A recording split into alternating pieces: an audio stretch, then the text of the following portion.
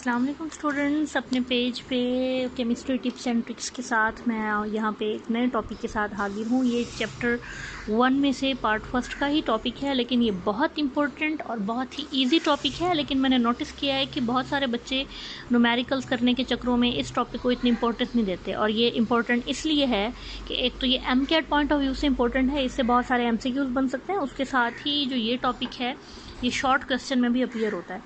तो किसी कंपाउंड में किसी एक एलिमेंट की परसेंटेज कैसे फाइंड की जाए।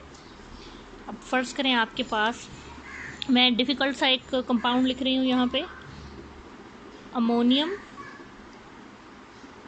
Hydrogen phosphate, ammonium di hydrogen phosphate NH4H2PO4। मैंने ये इसलिए सिलेक्ट किया कि इससे और इससे रिलेटेड कंपाउंड अक्सर आपके पास पूछ लिए जाते हैं शॉर्ट क्वेश्चन में।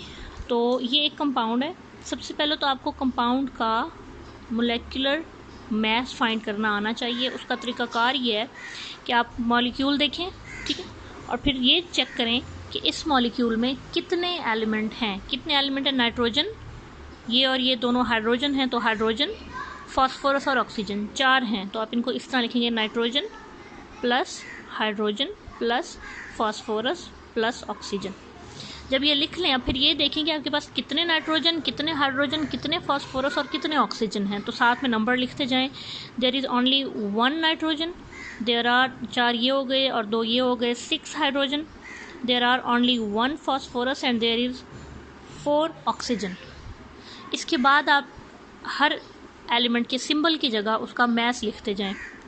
1 नाइट्रोजन 14 प्लस 6 हाइड्रोजन का मास 1 प्लस 1 फॉस्फोरस का मास 31 प्लस 4 ऑक्सीजन का मास 16। इसके बाद इसको सॉल्व करें जी। 14 1 14 plus 6 1 6 plus 31 into 1 31 plus 16 into 4 64। तो जनाब आपके पास जो इस कंपाउंड का मास फाइंड करने के बाद बनता है वो है 115 ग्राम पर मोल। तो बेटा इस तरह आप बड़ी आसानी के साथ किसी भी एलिमेंट का मोलर मास फाइंड कर सकते हैं। अब हम ज़रा देखते हैं कि इनमें से हर एलिमेंट की परसेंटेज कैसे फाइंड की जाए। सबसे पहले नाइट्रोजन से शुरू करते हैं। परसेंट नाइट्रोजन, इसमें आपके पास 2 चीज़ें पता होनी चाहिए, mass of nitrogen over total mass. ज़रा देखिए मास ऑफ नाइट्रोजन कितना था, एक ही नाइट्रोजन था तो 14 था, 14 ओवर टोटल मास 115 परसेंट है तो इंटू 100 लाजमी करना है आपने। तो यहाँ पे आपके पास आंसर निकला है 12.17%। ठीक हो गया। इसके बाद हम नेक्स्ट पे चलते हैं। नेक्स्ट एलिमेंट है हाइड्रोजन। परसेंट ऑफ हाइड्रोजन के लिए mass of hydrogen over total mass into 100। हाँ जी, अब देखिए ज़रा, यहाँ जो बहुत कॉमन मिस्टेक बच्चे करते हैं वो ये है कि बच्चे हाइड्रोजन का जो मास है वो जैसे उनके माइंड में आता है ना 1, तो उसको 1 ही यहाँ पे लिख देते हैं। बेटा यहाँ पे हमने मास ऑफ हाइड्रोजन लिखना है, बट वो वाला मास जो इस कंपाउंड में है। तो इस कंपाउंड में कितने हाइड्रोजन थे हमारे पास? इस कंपाउंड में हमारे पास जो है 6 हाइड्रोजन थे, और उनका मास कितना बनता था? 6 1 6। तो आप यहाँ पे लिखेंगे 6 इंटू 115 इंटू 100। तो आपने जनाब इसको सॉल्व करें तो आंसर आता है 6 डिवाइडेड बाय, ये मैं कैलकुलेटर पे आपको डिवाइड करके बता देती हूँ, 115 इंटू 100 5.21%। उसके बाद नेक्स्ट एलिमेंट है जी फॉस्फोरस। परसेंटेज ऑफ फॉस्फोरस आप कैसे फाइंड करेंगे? इसके लिए फिर जाहिर सी बात है हमें अब किसका मास चाहिए? फॉस्फोरस का। अब आपको फार्मूला की समझ आ भी गई होगी, टोटल मास इंटू 100। तो फास्फोरस का मास, फास्फोरस क्योंकि 1 टाइम है तो 31 लिखेंगे। अगर 2 टाइम होता फास्फोरस तो हम इसका डबल लिखते, 115 इंटू 100। तो इसका ज़रा आंसर देखें कितना आता है।